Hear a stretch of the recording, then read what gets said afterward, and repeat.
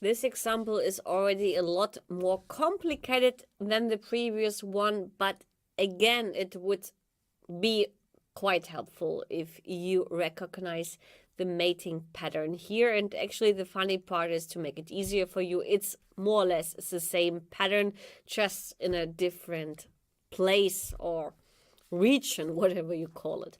So here is a hidden mating pattern, and actually those who carefully observed the previous position, they should recognize it quickly. The pattern is connected with check on g1, king takes g1, and rook e1 mate. This pattern to recognize helps a lot, because the most obvious move in this position, queen takes f5, can be ruled out immediately. Because here, queen g1, just to show it, rook e1, and the game is over. Unfortunately, apart from queen takes f5, we have a lot of other moves to check out, but also here it helps to recognize another mating pattern, because we see in general that the king is very weak, and we see that e1 is vulnerable and h1 is vulnerable.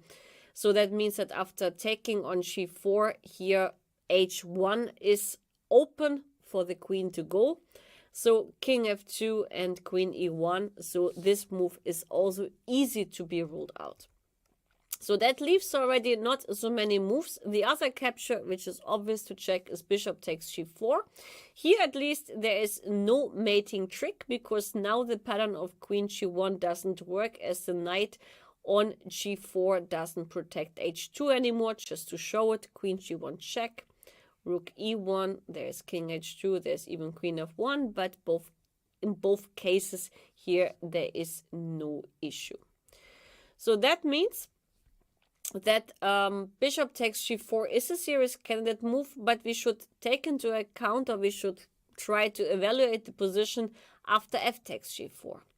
What we know is that the knight hardly can ever move, because the knight has to guard h1. So knight takes g4 once again loses, I think, because of the check on h1, king f2, and now I have to guess, but I guess there's a check here and a mate here. So this was a right guess, fortunately.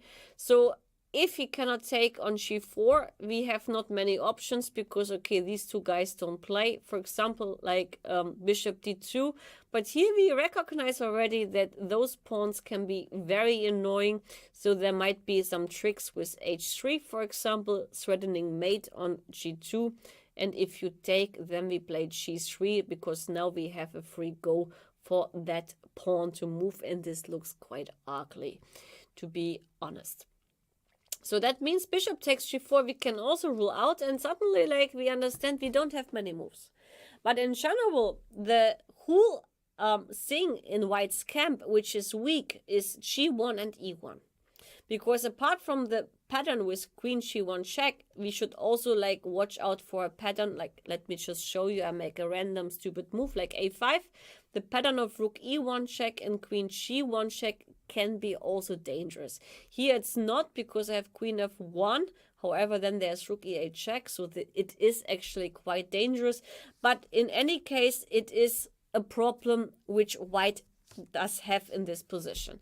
And if we understand that the main problems are connected to g1 and e1, we get quickly to the last candidate move, which is also the right one, simply bishop d2, because now g1 and e1 are indirectly, e1 is directly protected, g1 is not an issue anymore. Bishop d2, there is no pawn move which is dangerous, because our knight guards it well. And here, not many options, because, queen g3 is one candidate move, because now the move queen takes f5 is indeed a threat, because the mating pattern for black disappeared. And if you play something like queen g3 to threat a mate, then I can simply take on g4. And I would like to change the queens, because white is actually material up from the beginning.